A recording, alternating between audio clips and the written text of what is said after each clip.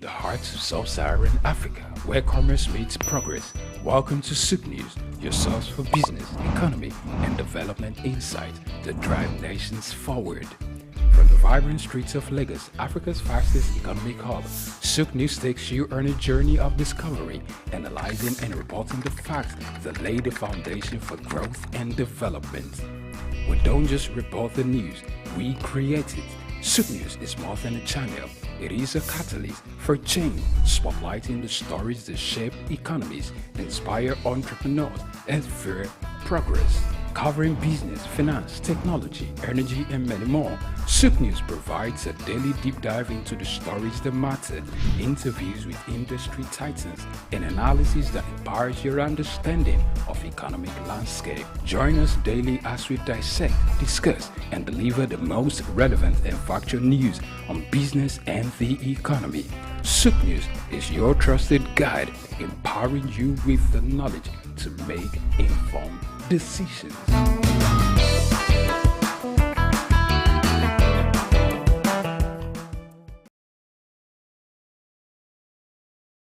We've got just what you need right here at Femi Wash Media. Call it the Midas Touch, and you wouldn't be wrong. Let us record, produce, mix, and master your audio like nobody does. Reach us on our contact today for the best quality job.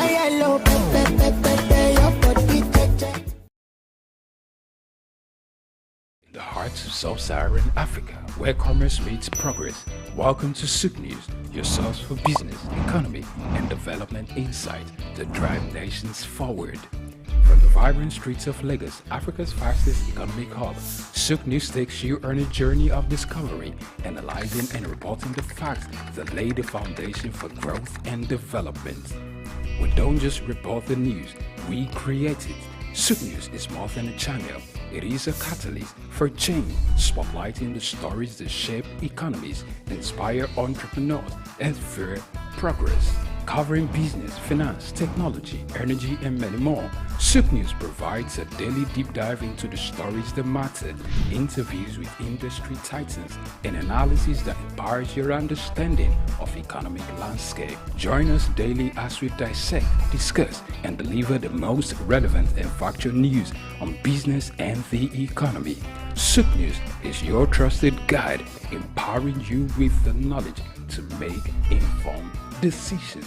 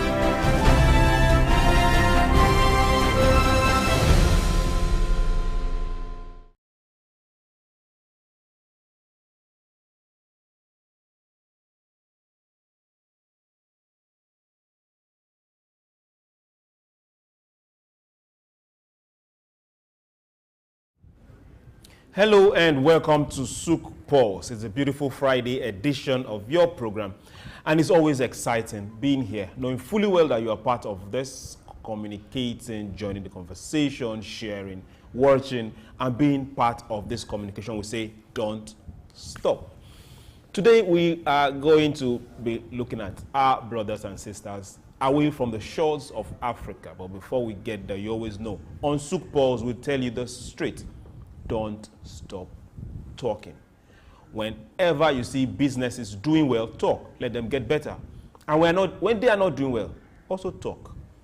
Let's look for what exactly is holding them down. When economies are going down, inflation rate is hitting 30-something in certain African countries. It has gone way beyond that. When devaluation is happening to currencies, left, right, center, let's talk. When you get to see policies that You might understand, don't understand. Ask questions. We talk. And policies that are good, we also talk because we recommend, we say thank you. And we also say, hey, we can do better. We are trying to move nations forward. When we see Asia getting on policies that are working there, we ask, okay, why can we replicate it here? When we are doing business with the West, how are they having the bigger share of the chunk on profit? Where do we stand? We just talk. We check and we talk. It's SOUQ Pulse. We are going on a break. When we return, we'll tell you in details what we have for you today and also introduce our guests. So, hey, don't go anywhere. SOUQ Pulse will be right back. My name is Chuks, John Rogers Chuks. Stay there.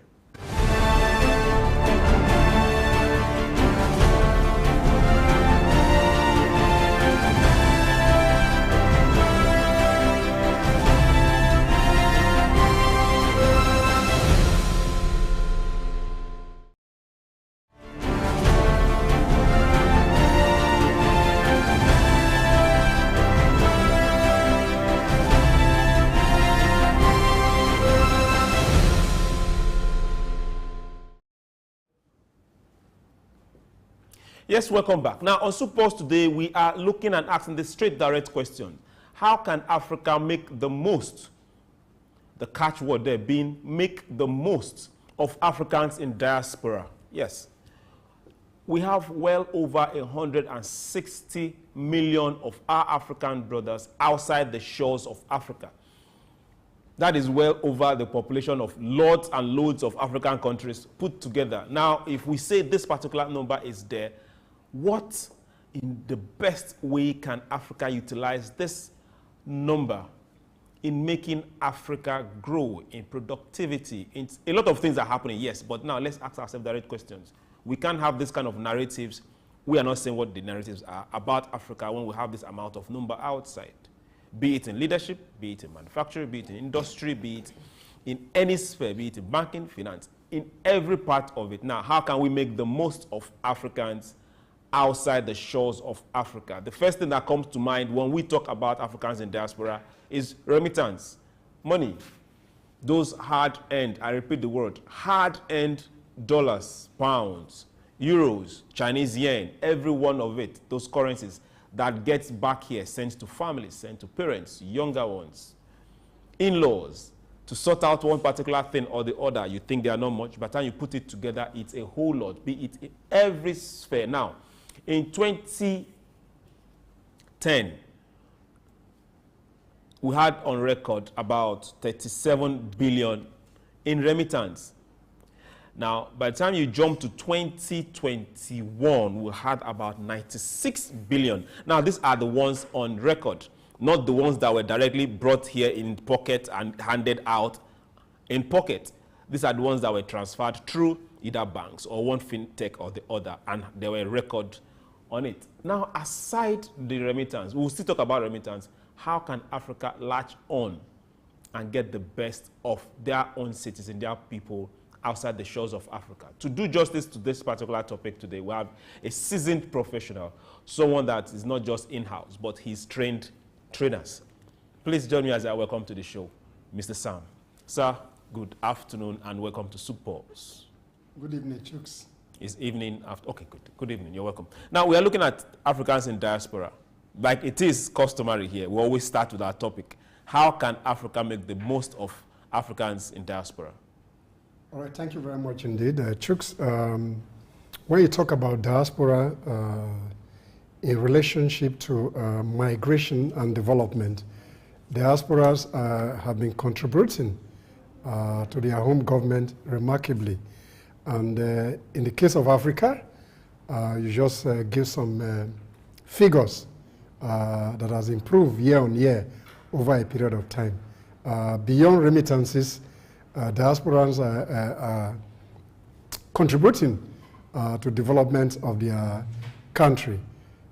In addition, and incidentally... can we dwell on remittance for some time? Incidentally, this weekend, the African Diaspora Network is actually having a conference that seems to speak to the level of development and how they want to engage with their home countries better beyond remittances. When you talk about remittances, the money that comes through official channels that people send back home to their relations for projects, for development, for other private use. So that fund has grown tremendously, and beyond the remittances, you have diaspora networks that give us scholarship, that provide skills development for their different country.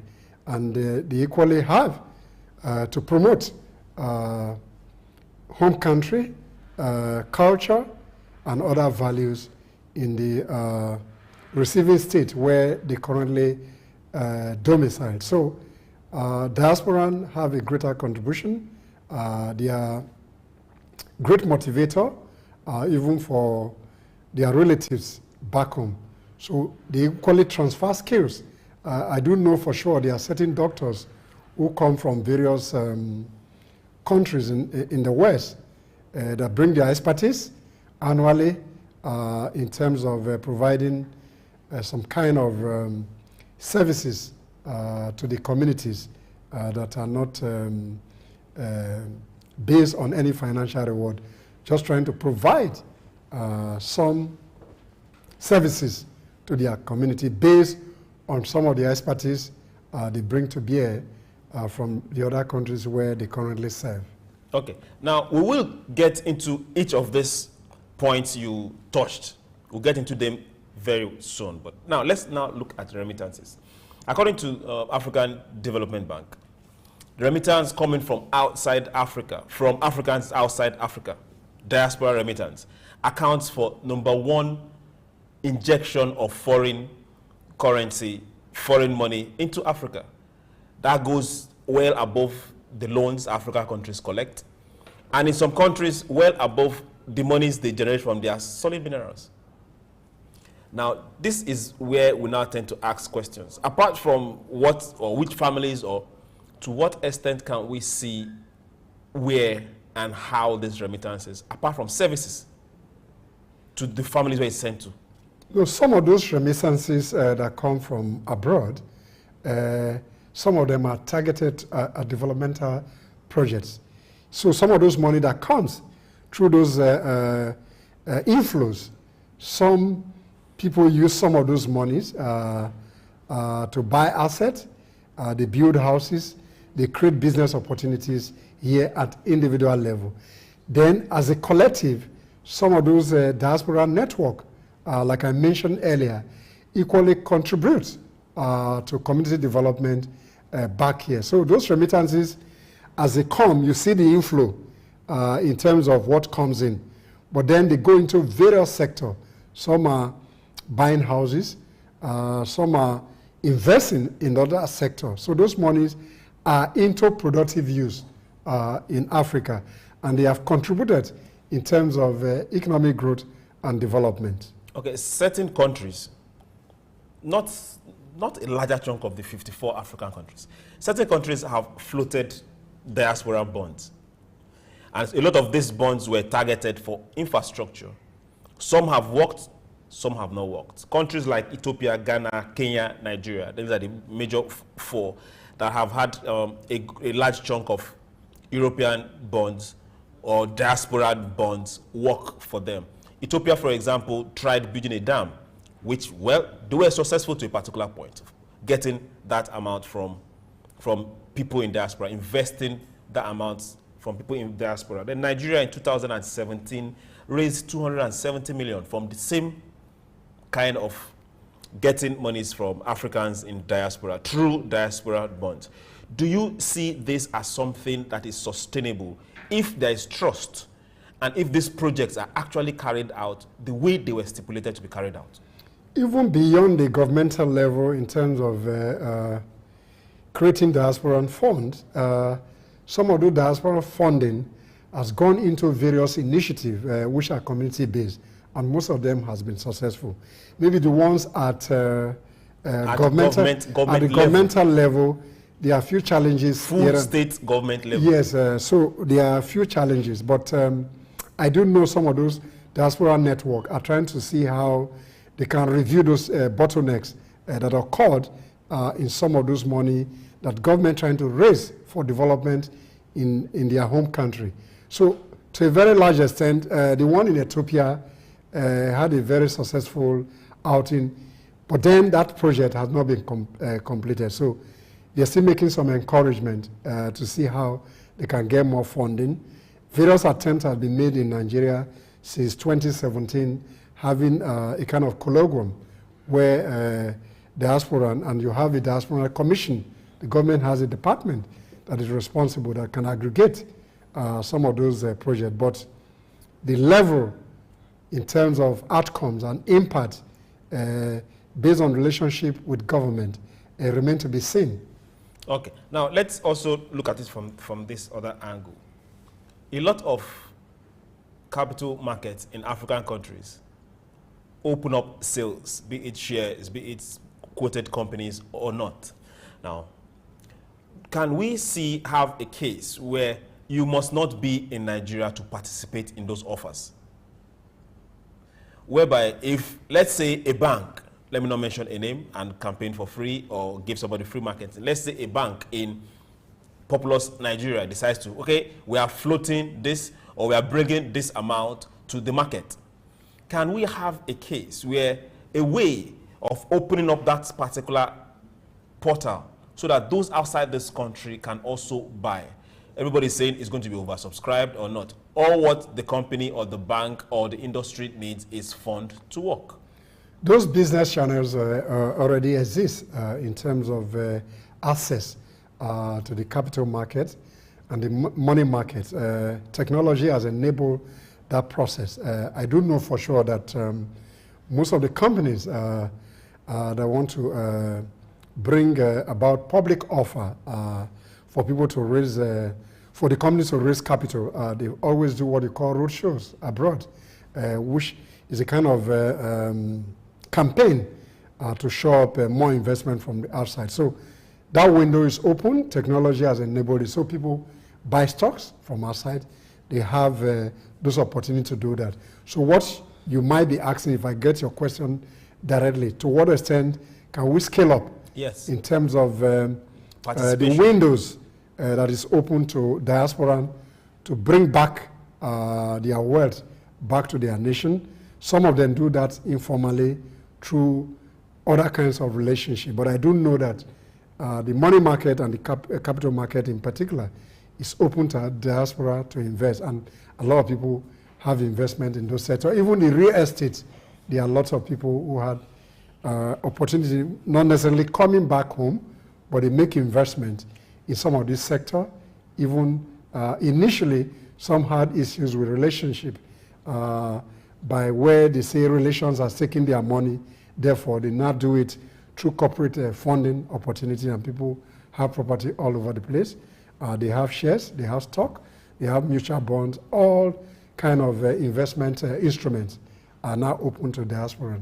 And some that are not even be here in the last 20 years have access, and they have accounts in Nigeria that they even draw on to service their own relationship back home. Okay. Few days ago, we had this form of communication. It was awash everywhere. For those Nigerians, I'll use it as an example, for those Nigerians in the US, in the UK, and some other Western countries, they were showing their happiness on their ability to apply for the passport and get it in a matter of days. Okay, now that is a plus. Now, is it possible if they can get that done, showing that yes, they are Nigerians, I applied, I paid, I went through the process, I got it, I didn't have to go there, it was mailed to me. Now, can we start seeing a case where we can now start maximizing and utilizing the expertise of these people abroad? Where am I heading to? China, as we speak, over the years, sent their own people to go to the US, to go to the UK and study. And that particular knowledge is brought back home. Now we have people that on their own, they went there. Now we have a whole lot of experts abroad. Looking at 160 million, where and how can Africa start maximizing the expertise of these people?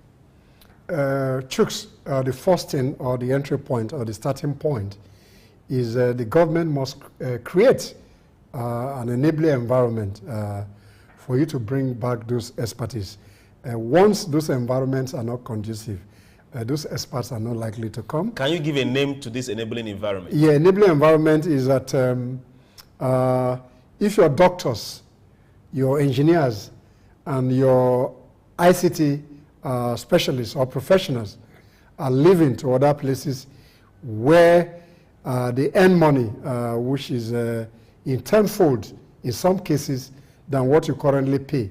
So how will you attract the best and the brightest when that environment is not conducive for them to come back? So those are the core elements that you must deal with. So though you have a diaspora commission, what effort are they putting in place to encourage? We do know that government hires some people to come and participate in government so that the expertise can be used to develop the nation. But what is the ratio of that expertise that come in here? But those who attract the best and the brightest to their community find a way to provide for the expertise of those people.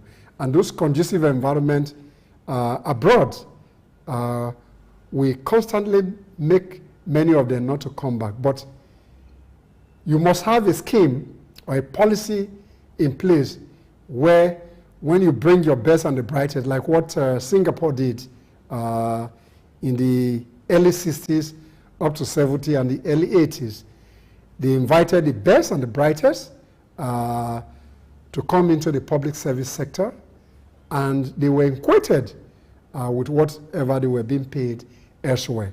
So Singapore, for example, were paying money the way private sector were paying people, so they were able to attract the best minds into that sector. And Singapore has always been seen as a model when it comes about development. So that same initiative must be done. The government must be deliberate. So if you bring the best, what kind of environment do you create for them to operate? Do you have the equipment for them to operate? Is your security okay so that they trust your system? And I remember a debate where Obasanjo brought some people, and at that particular point in time, though I don't share that view, where some people were dominated in terms of remuneration based on the dollar earning they were getting at that particular point in time, so that they can use that expertise to improve on the system back home.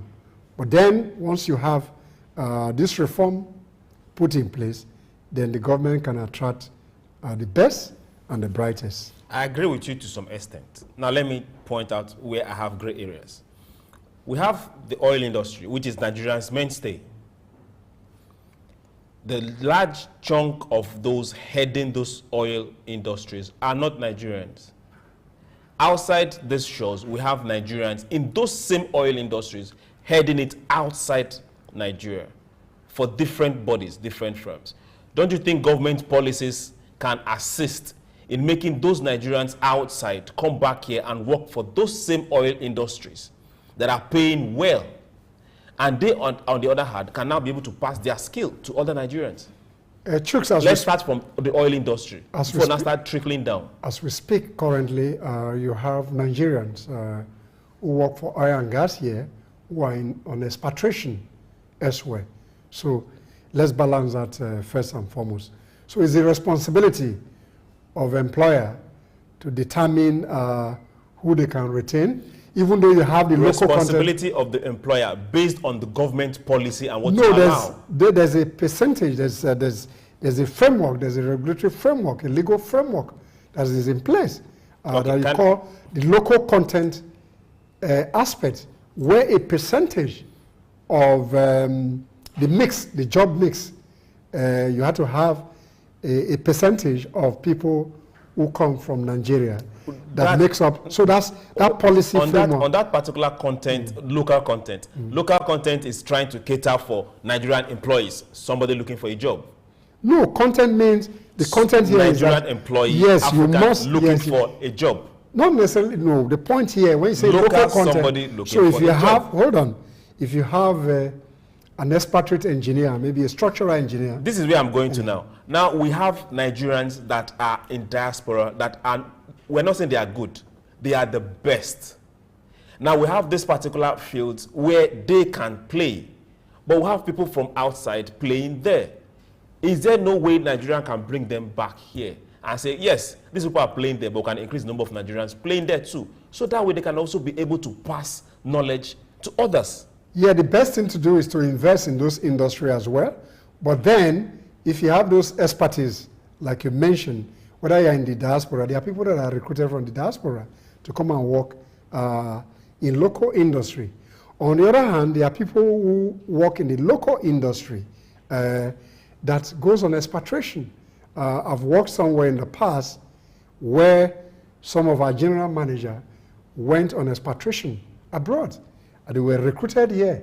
But then the policy of those companies shows that you are taken outside your country to go and work as an expatriate. So the same kind of payment opportunity that you have elsewhere, then you are recruited and you're taken, then you work as an expat. So I had somebody who was taken from the company to work in the UK for like 2 years before coming back to Nigeria. So those schemes are universal practice. So if you look at some of these big manufacturing companies, fast-moving consumer goods, there are people who go, whether they are in Sharo, whether they are in finance, goes elsewhere, and they are expatriate, treated the same way. So diasporans can equally apply for these jobs. Do they need to apply? We are looking at bringing them back. What are they applying for? They are where they are living a better life. Yeah, if they don't have the desire, no. Where they are, let's balance is there for this them. discussion. This is where we are having an issue. No, I talked about local content. Now, the local content is catering for community people or Nigerians that need to be part of that place. Local content is catering for people that don't have jobs, people that are applying. These Nigerian expatriates or living outside, they're not coming to apply for a job because they have one already. They are good at what they are doing. We are the ones that need their services. They don't need our services. That is where I'm going to. So the point you're making is that maybe apart from government departments who may want to bring some of those expertise in, from the private sector, in my view, unless you hunt experts, they may not necessarily be where they should be. So the point you're making, if those opportunities are there, if the government regulatory framework favor Nigerians who have those expertise to come back home, they will come back home on their own. And there are people that have done that as well. And that's why I talked about in the conversation earlier that enabling environment must be sustained so that people come in here and they're able to bring their expertise to bear in terms of our developmental effort and processes.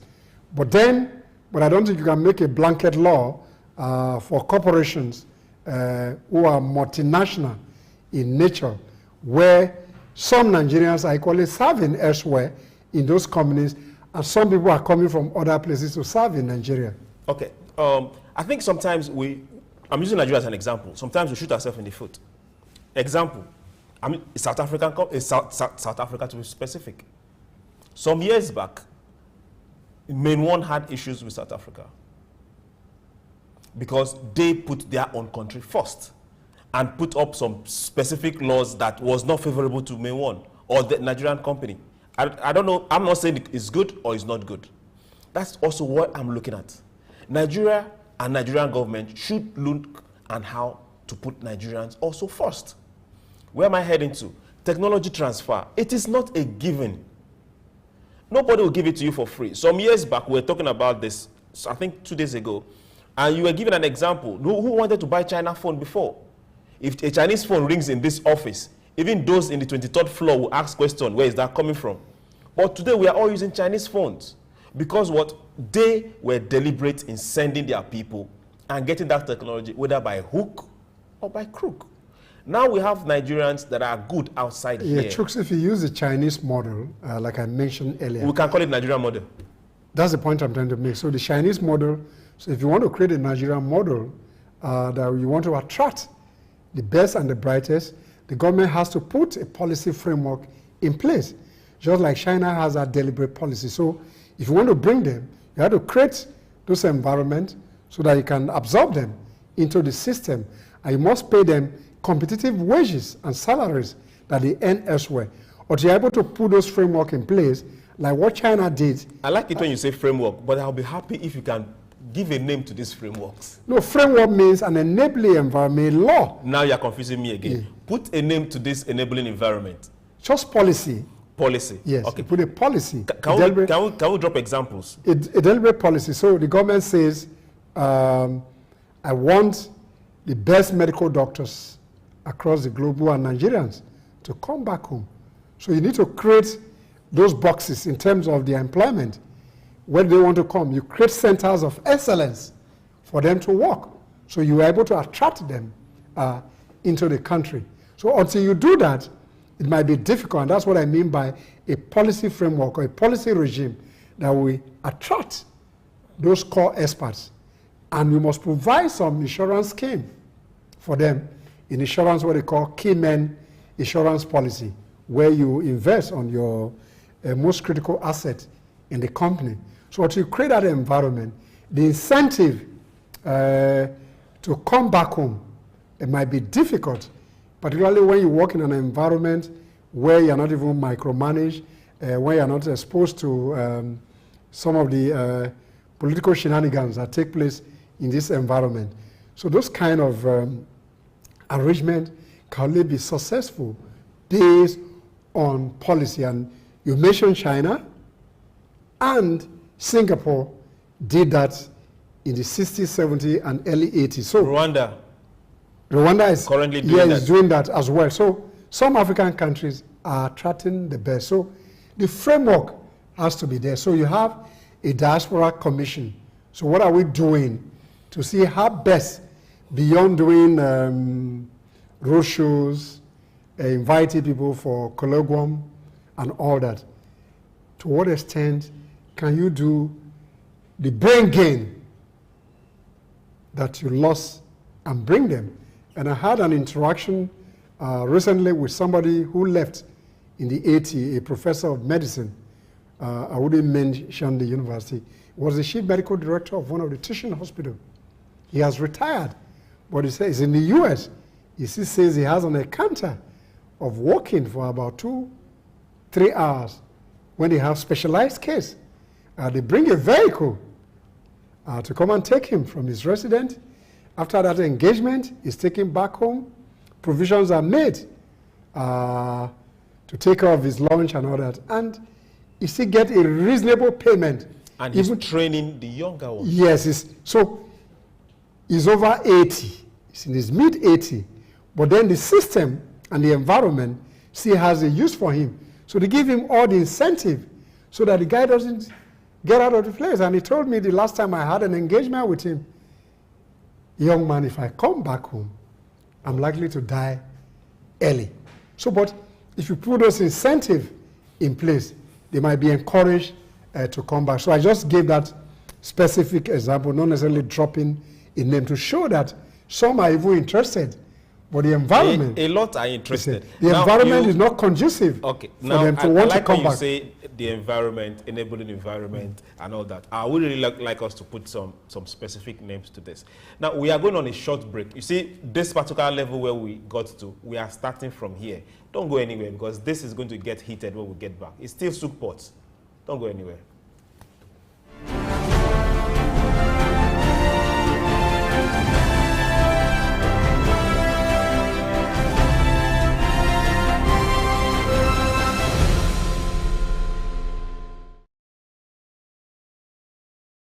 My name is Veronica Nkechi Eze. Charles Abana. My name is Professor Martins Emeje. Professor Sylvester Odion Akaine.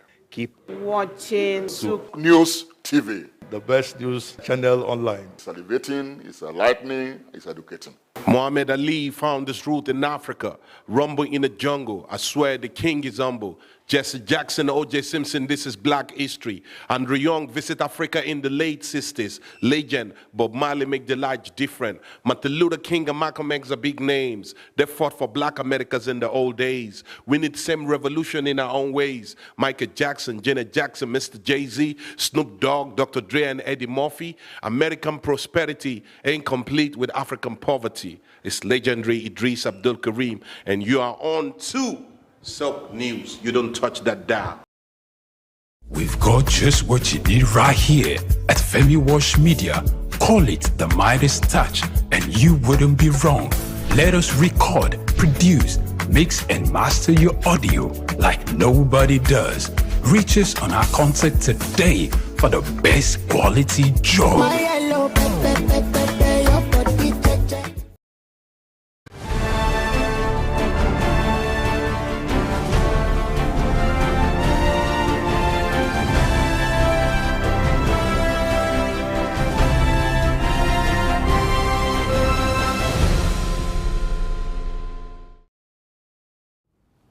Yes, welcome back to SOUQ PULSE. We're here and we are looking at how can Africa make the most of Africans in diaspora. Now, sir, before we left, we were looking at issues why things are not working for Africans in diaspora in Africa.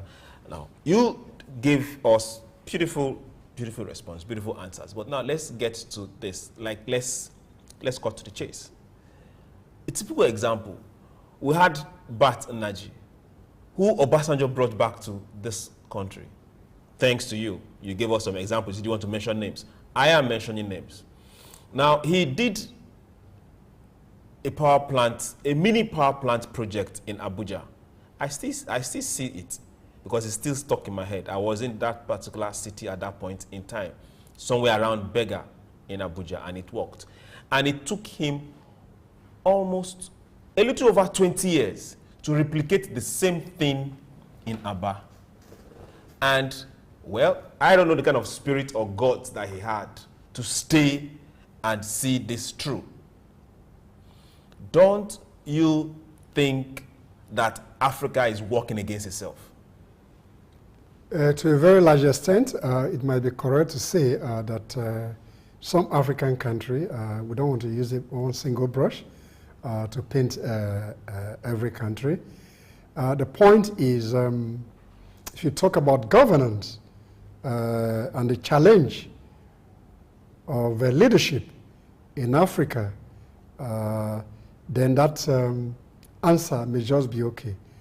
But on the other hand, you need some degree of leadership, resilience, courage, which the company, Geometric, I think we're not doing marketing for them, but because of the kind of discussion we have, was able to sustain using the Abuja model of a mini power plant, and he replicated that based on evidence-based research, which was taken to Aba, coming to maturity about 20 years after.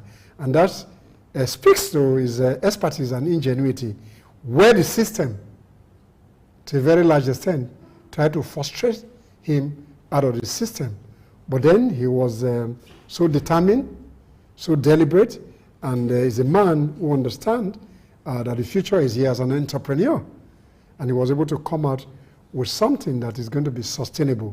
And when that thing happened, barely, it's almost a month now, that has become a benchmark to see how the mini grid that has been put in place will be sustained.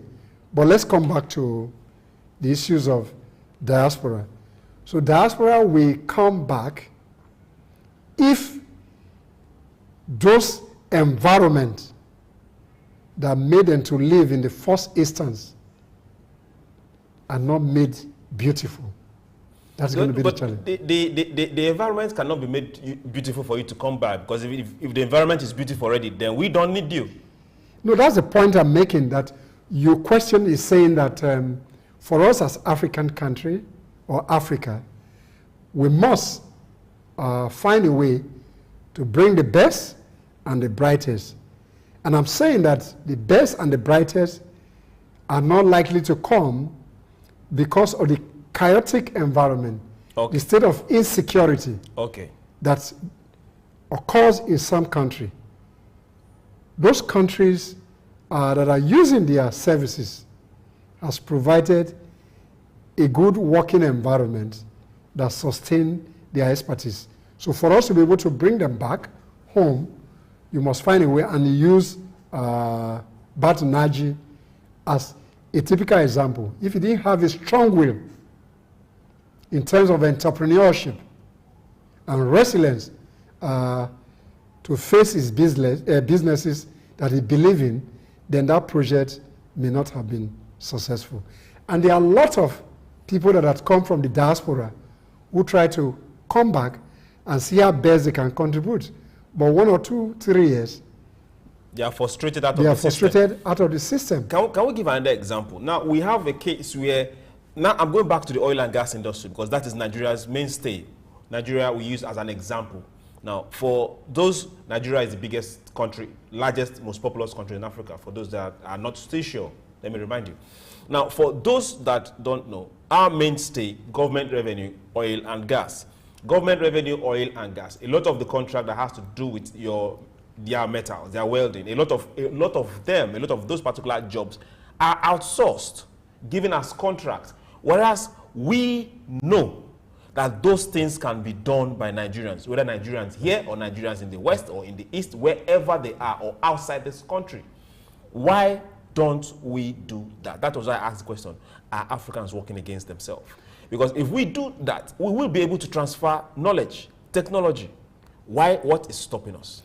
Again, I will go back to my earlier submission that if we must bring back home, and I use these words advisedly, the best and the brightest, then the government must put a deliberate policy in place.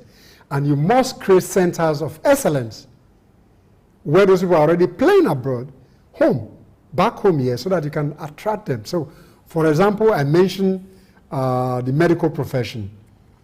If you must bring the best, so you must create maybe a cancer center of excellence, a reproductive health center of excellence, where you can bring the best that are operating elsewhere, and that environment will be able to sustain their expertise in terms of provision of decent accommodation, provision of very good car, securities to take care of them. Then you must put holiday package. They can take care of themselves. No, the point is that provide the security. The point, no. They are being paid elsewhere. So if they are going to leave those jobs, pay them the payment. Yeah, you whatever pay. They were paying there. So you must put a living wage or a living salary that can sustain those people. If you look at inflation here, and people bring back their money, I see the level of inflation here. So you bring your money from the other side, you a big man this way. So that level of initiative from the government must be put on the table so that you can bring those people who cannot transfer their expertise, their skills, knowledge, their abilities, and their attributes back here so that at the end of the day, the brain loss can be gained back, and that will enhance the development of the country. But the government must be deliberate. Then even private sector who want to hire those people must equally provide an enabling environment where those people can take monies that they take elsewhere. And there are some countries in Africa that are using the best and the brightest in terms of development. Okay, now let's look at this. To what extent is mediocrity playing a role in this, where you are scared that if we bring in somebody better, I am going to have issues? To what extent is mediocrity in Africa playing out here? Well, and that's a challenge, one of the challenges in African development and governance. A situation where mediocrity is sacrificed at the altar of merit then you find it difficult to get the best and the brightest. And the issues are here, where somebody is going to get a job based on the federal character principle, where there's no minimum threshold for merit first and foremost. Then people are picked based on ethnicity, based on regionalism, based on political expediency, based on what I call political contracting, because on the background you are supporting certain government. Then when they come into power, then you are elevated from the level of competence to incompetence.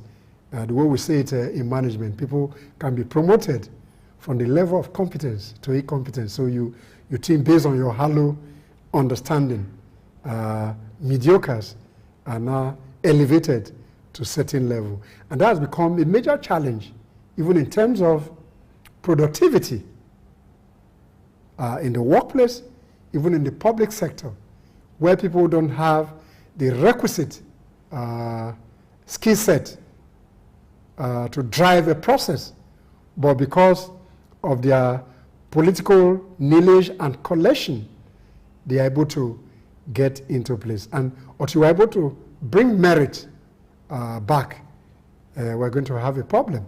And you look at even the recruitment process into the education sector, where certain percentages are reserved for certain people that are educationally disadvantaged, where somebody who is called 30 over 100 is admitted from a place, and somebody who have 70, 80 from somewhere based on the quota system cannot get into the process.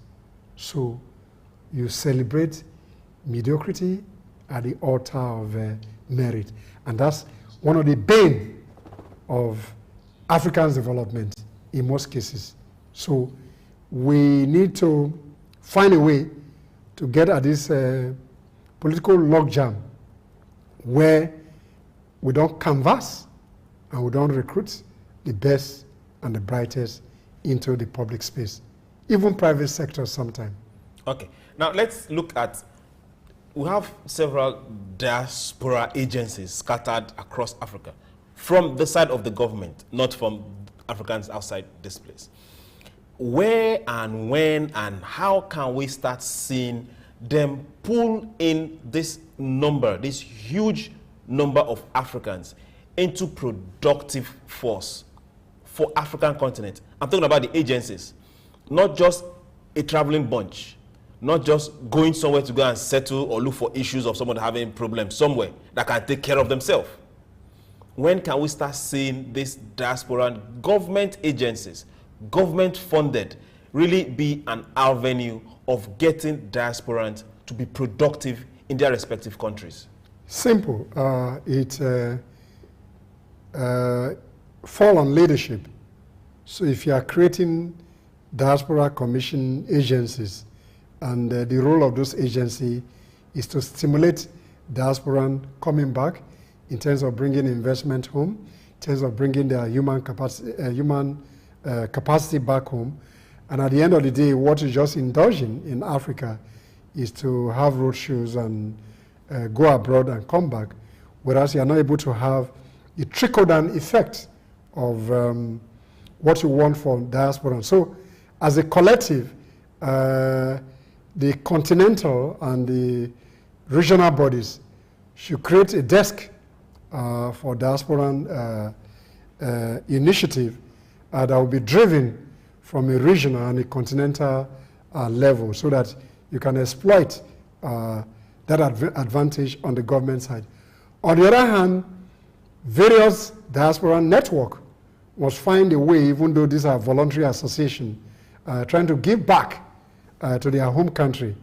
I know there's an African association of diaspora, and they are engaging. I think it's even from today, somewhere in the US, I guess. That kind of umbrella body must be encouraged so that we can streamline the various networks, and we can exploit them for home country development and see how the various sectors of those diasporans can be represented beyond giving to the immediate community. Let's have deliberate policy in place in terms of coming to spend their vacation, and government can provide some incentive when they are on leave. We want to come back to transfer our skill sets, then this is where we want to play. Thank you very much. Thank you very much, Mr. Sam. We've spoken on this several times with just 1 hour. I get to stammer on that. It's just 1 hour out for this particular program. We're looking forward to maybe adding some few minutes, an hour more. But we'll get there. But for now, I want to say thank you very much for being part of this particular program for today, sir. My pleasure. You're welcome, sir. We on SOUQ Pulse, remember, we'll tell you, hey, don't keep quiet. Now, to every of our brothers outside the shores of Africa, 160 it's that you make up a continent on your own. I want to say thank you. Thank you for being African. Thank you for remembering Africa. Now Africa needs to grow. The beautiful thing is that for every African out there, they know where they come from. They remember home. Now, apart from those remittance, just like Mr. Sam have said, to family, to community, we need to start investing. It's my responsibility, it's the responsibility of every other person right on this continent to make it possible for you to do what you really want to do. Nobody wants to put his money and nobody is able to account for it. So we will try and do our own part. But on your own side, remember Africa. Africa needs to join this race. It is a race, no matter what anybody says. I want to say thank you for watching SOUQ Pulse today. We look forward to doing this again on Monday. My name is Chuks, John Rogers Chuks. Have a beautiful weekend.